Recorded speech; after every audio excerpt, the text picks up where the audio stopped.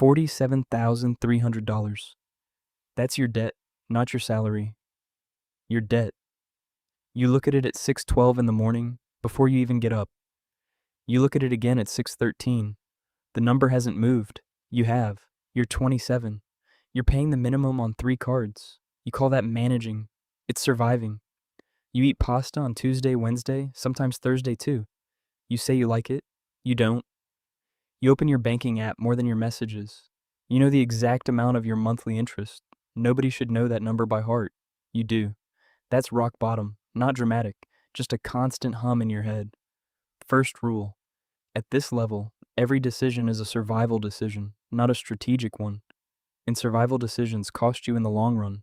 You pay off the smallest card, $1,100. You screenshot the zero balance. You don't send it to anyone. But you look at it 3 times that day. You drop below $40,000 in debt, then below $30,000.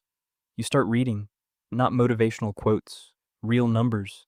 You understand what compound interest is and why it had been working against you the whole time. You hit zero debt.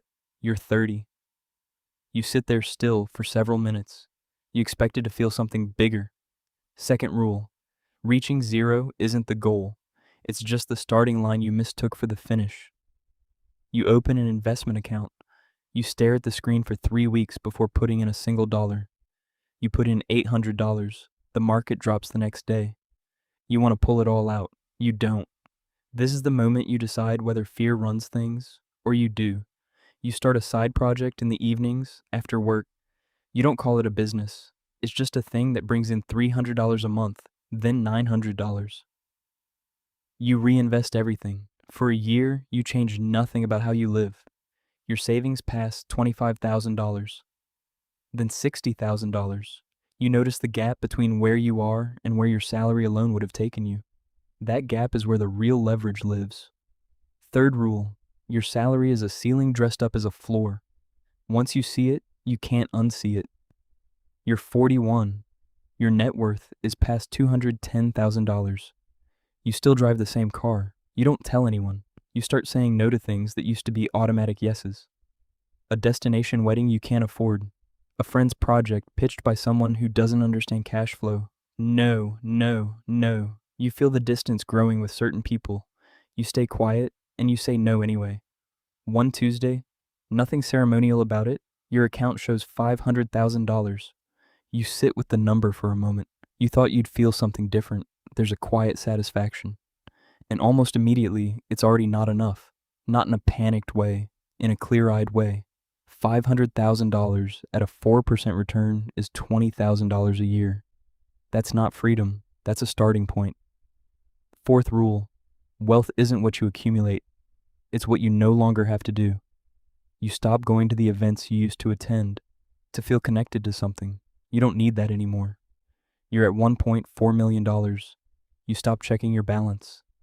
You start checking where your money is positioned, not how much there is.